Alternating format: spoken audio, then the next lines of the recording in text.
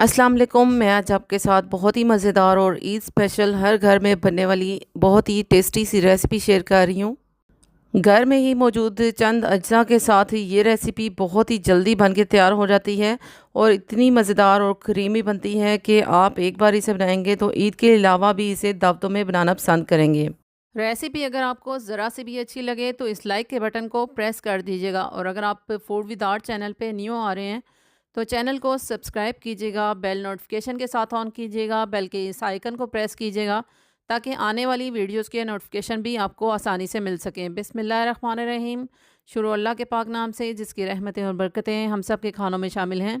तो यहाँ पे मैंने ले ली है हार्ड वाली खजूर, जिसे हम छुआरे भी कहते हैं। ये ड्राई खजूर होती है, थोड़ी सख्त होती है, तो इसे मैं कटिंग कर रही हूँ। छोटे छोटे से पीसेस की शेप में मैं इसे कटिंग कर रही हूँ। ऐसे ही छोटे छोटे से इसके स्लाइसेस कटिंग करके तो फिर मैं इसे शीर खुरमा में ऐड करूँगी। तो इसके साथ ही मैं सवैयाँ ले रही हूँ। ये बारीक वाली सवैयाँ हैं, मोटी वाली सवैयाँ शीर खुरमा में ऐड नहीं की जाती हैं। तो ये बारीक वाली सवैयाँ थोड़ी सी ही मैंने ली थी, जिनका वज़न तकरीबन हाफ़ कप के बराबर होगा। अगर आप इन्हें थोड़ा सा बारीक कटिंग करके एक कप में ऐड करेंगे तो ये हाफ़ कप के जितनी मैंने इसमें ऐड करनी है। तो यहाँ पे इनके जो साइज़ है वो 1 से 1.5 इंच के बराबर मैं कटिंग कर रही हूँ। बड़ी बड़ी सी जो लंबी वाली सवैयाँ होती हैं ऐसे ही शीर खुरमा में ऐड नहीं की जाती हैं। तो छोटा छोटा सा मैं इनको ऐसे कटिंग कर रही हूँ। 1.5 किलो दूध मैं लूँगी तो उसके हिसाब से ये जो सवैयाँ मैं ऐड कर रही हूँ उसके हिसाब से ये सवैयाँ काफ़ी हैं।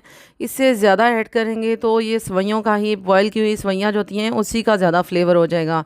तो इतनी सवैयाँ मैंने ले ली हैं, और इसके बाद यहाँ पे कुछ ड्राई फ्रूट्स मैं ले रही हूँ। थोड़े से बादाम और जो पिस्ते हैं ये भी मैंने ले लिए हैं। और इसके बाद मैं आपको दिखा रही हूँ 3 से 4 बड़े खाने के चम्मच जितना मैंने पानी लिया है। और पानी भी ये रूम टेम्परेचर पे है, गर्म पानी बिल्कुल भी इस्तेमाल नहीं करना है। और इसमें मैंने 2 टीस्पून, सिर्फ 2 टीस्पून इसमें डाला है कस्टर्ड पाउडर। ये बहुत ही मज़े का फ्लेवर देगा, और किस टाइम पे इसको ऐड करना है ये आगे चल के मैं आपको दिखाती हूँ। इसके बाद यहाँ पे मैंने ले लिया है दूध, और दूध मैं तकरीबन 1.5 किलो ले रही हूँ। फ्रेश मिल्क ले रही हूँ, और ये फुल फैट मिल्क है। फुल फैट मिल्क से बहुत ही अच्छा ये इसका क्रीमी सा टेक्सचर भी आएगा। इसके बाद यहाँ पे 2 कप मैंने यहाँ पे डाली है चीनी। आप 1.5 कप भी इस्तेमाल कर सकते हैं अगर आप नॉर्मल मीठा खाना पसंद करते हैं तो। और दूध डाल के तो मैंने इसे अच्छी तरह बॉयल होने के लिए, अच्छी तरह इसको पकने के लिए रख दिया था। दूध को जब 1-2 बॉयल आ जाए तो उसके बाद चीनी ऐड करके तो दोनों को ही अच्छी तरह थिक करना है, अच्छी तरह पकने देना है। क्योंकि चीनी डालने के बाद जो दूध होता है वो पतला होना शुरू हो जाता है, इसलिए चीनी तो और दूध बहुत अच्छी तरह पक चुके हैं 4 से 5 मिनट के लिए। दूध को मैंने बिल्कुल मीडियम टू लो फ्लेम पे रखा हुआ है ताकि वो मज़ीद अच्छी तरह पक जाए और थिक हो जाए। तो यहाँ पे एक बड़ा खाने का चम्मच जितना मैंने बटर ले लिया है, और इसमें मैंने जो ड्राई फ्रूट्स थे उनको थोड़ा सा रोस्ट करना है।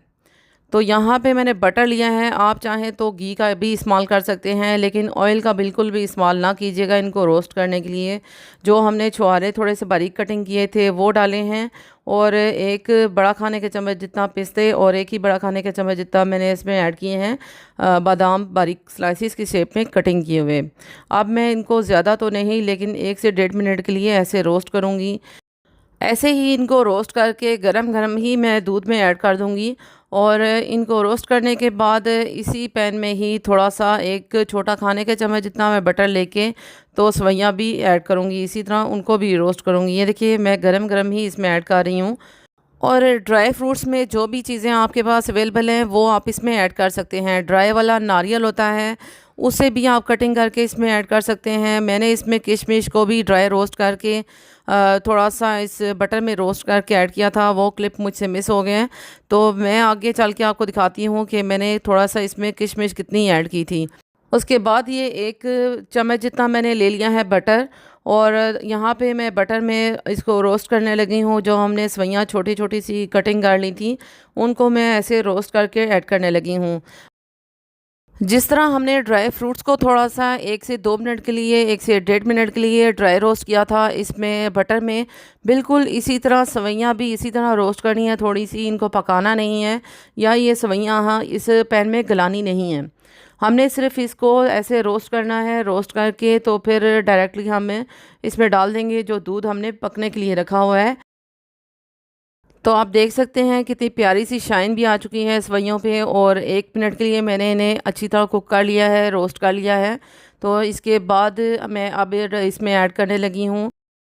दूध में ऐड करने के बाद मैं इन्हें अच्छी तरह मिक्स कर लूँगी। तो और मिक्स करने के बाद बिल्कुल मैं इसे लो फ्लेम पे, ज़ीरो फ्लेम पे मैं इसे पकने के लिए रख दूँगी। दूध तो हमारा ये जो है अच्छी तरह थिक हो चुका है, पक चुका है, लेकिन ये जो हमने इसमें छुहारे ऐड किए हैं और बादाम और पिस्ते और ये जो सेवइयाँ ऐड की हैं, इनको हमने अच्छी तरह गलाना है, अच्छी तरह ये पक जाएँ। अच्छी तरह ये तमाम इंग्रेडिएंट्स जो हैं ये सॉफ़्ट होंगे, तो तब ये शीर खुरमा बहुत ही बेहतरीन और आला बनेगा।